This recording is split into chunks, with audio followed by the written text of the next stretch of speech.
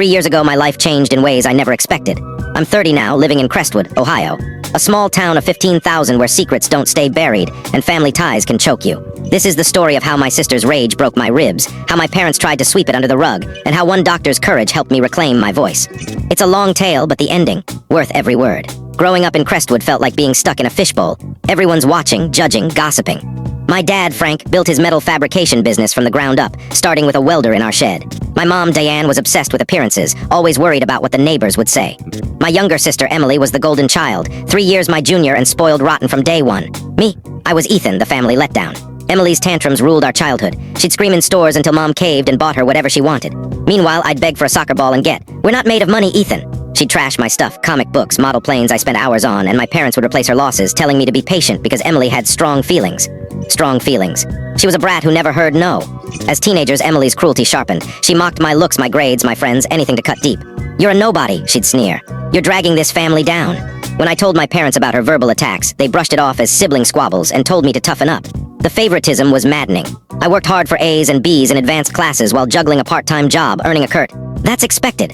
Emily coasted with C's, and they'd throw parties praising her effort. When I got into State University for engineering with a partial scholarship, they barely acknowledged it. When Emily enrolled in community college for fashion design, they bought her a shiny new SUV. Summers were no better. From 15, I slaved in Dad's shop, sweating in 90-degree heat for $12 an hour, learning the trade and saving for college. Emily, she lounged by the pool, spending Dad's money on clothes. She didn't work a real job until 23. After college, I landed a factory supervisor role at 25, pulling $75,000 a year. Great money for Crestwood. I moved back home temporarily to pay off loans, thinking maybe they'd finally see me as successful. Nope. Emily, living rent-free with a part-time boutique job, was still the star. She was dating Ryan, a slick car salesman with a flashy Audi, and Mom thought he was a prince. Dad loved his big talk about investments. The unfairness was suffocating. I paid $800 a month in rent. Emily paid nothing. My promotions were ignored. Emily's new designer purse was headline news on Mom's social media. "My daughter, the rising star," she'd post. I was invisible. The breaking point came when I got promoted to senior supervisor with a raise to $86,000. I was thrilled, thinking maybe this Sunday family dinner would be different.